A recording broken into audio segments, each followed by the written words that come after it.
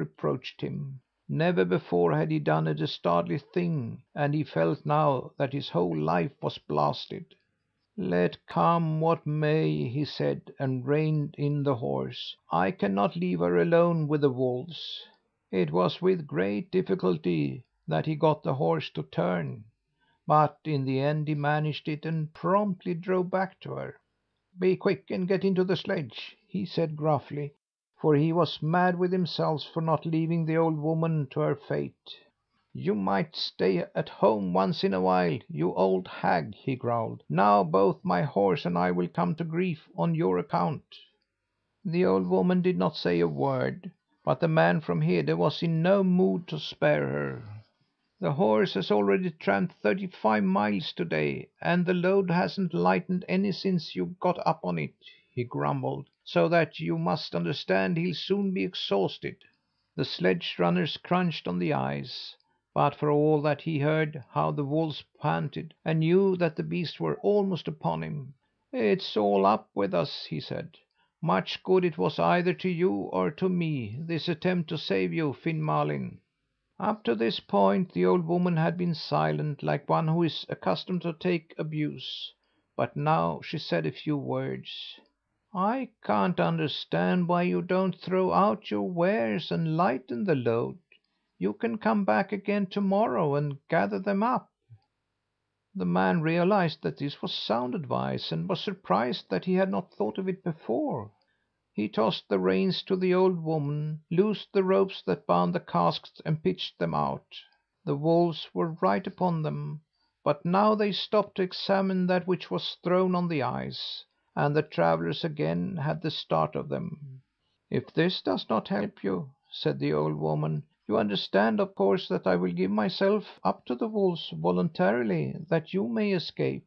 While she was speaking, the man was trying to push a heavy brewer's vat from the long sledge. As he tugged at this he paused, as if he could not quite make up his mind to throw it out, but in reality his mind was taken up with something altogether different. "Surely a man and a horse who have no infirmities need not let a feeble old woman be devoured by wolves for their sakes," he thought. "There must be some other way of salvation.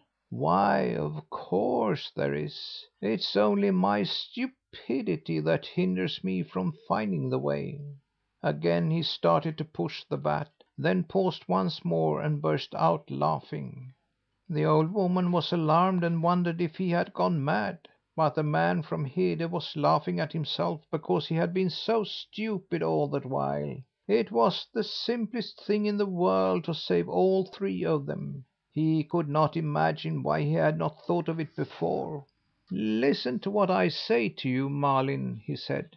"It was splendid of you to be willing to throw yourself to the wolves. But you won't have to do that, because I know how we can all three be helped without endangering the life of any. Remember, whatever I may do, you are to sit still and drive down to Linsäll.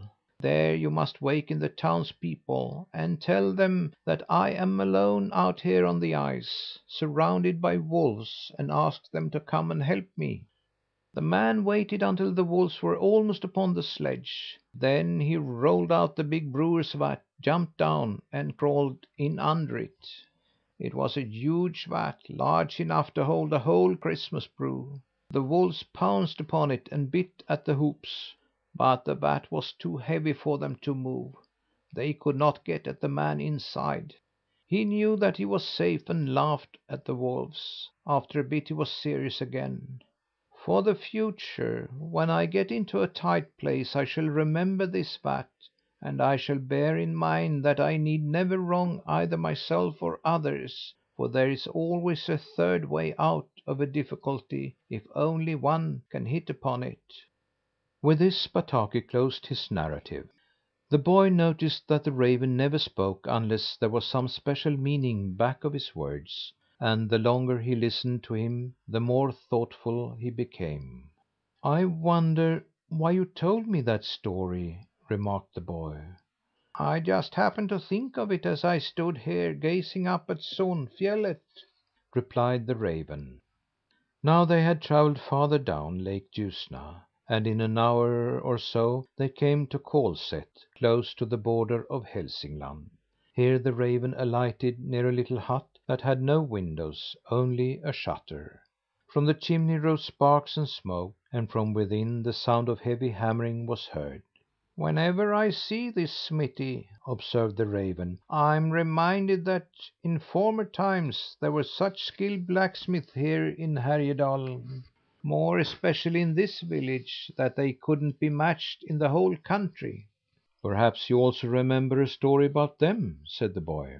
"Yes," returned Bataki, "I remember one about a smith from Haerjedalen who once invited two other master blacksmiths, one from Dalecarlia and one from Vermland, to compete with him at nail making. The challenge was accepted, and the three blacksmiths met here at Kolsätt. The Dalecarlian began. He forged a dozen nails so even and smooth and sharp that they couldn't be improved upon. After him came the Vermlander. He too forged a dozen nails which were quite perfect, and moreover he finished them in half the time that it took the Dalecarlian. When the judges saw this, they said to the Härjedal smith that it wouldn't be worth while for him to try, since he could not forge better than the Dalecarlian or faster than the Vermlander. "I shan't give up. There must be still another way of excelling," insisted the Härjedal smith. "He placed the iron on the anvil without heating it at the forge. He simply hammered it hot, and forged nail after nail without the use of either anvil or bellows. None of the judges had ever seen a blacksmith wield a hammer more masterfully, and the Härjedal smith was proclaimed the best in the land."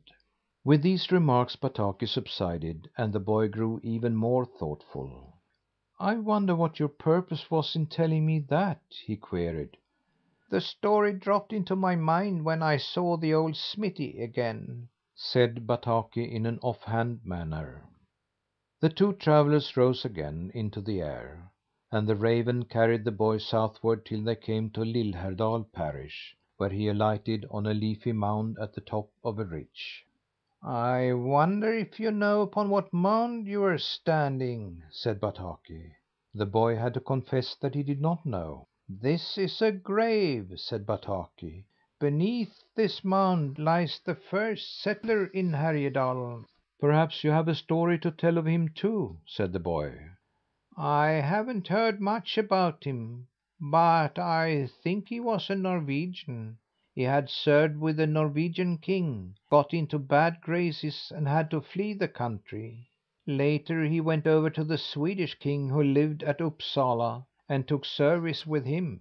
But after a time he asked for the hand of the king's sister in marriage, and when the king wouldn't give him such a high born bride, he eloped with her.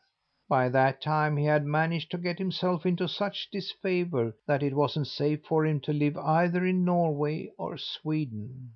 And he did not wish to move to a foreign country. But there must still be a course open to me, he thought. With his servants and treasures he journeyed through Dalecarlia until he arrived in the desolate forests beyond the outskirts of the province. There he settled, built houses, and broke up land. Thus, you see, he was the first man to settle in this part of the country." As the boy listened to the last story, he looked very serious. "I wonder what your object is in telling me all this?" he repeated. Bataki twisted and turned and screwed up his eyes, and it was some time before he answered the boy. "Since we are here alone," he said finally, "I shall take this opportunity to question you regarding a certain matter. Have you ever tried to ascertain upon what terms the elf who transformed you was to restore you to a normal human being?" "The only stipulation I've heard anything about was that I should take the white goosey gander up to Lapland and bring him back to Skåne safe and sound." "I thought as much," said Bataki, "for when last we met, you talked confidently of there being nothing more contemptible than deceiving a friend who trusts one. You'd better ask Akka about the terms. You know, I dare say, that she was at your home and talked with the elf." "Akka hasn't told me of this."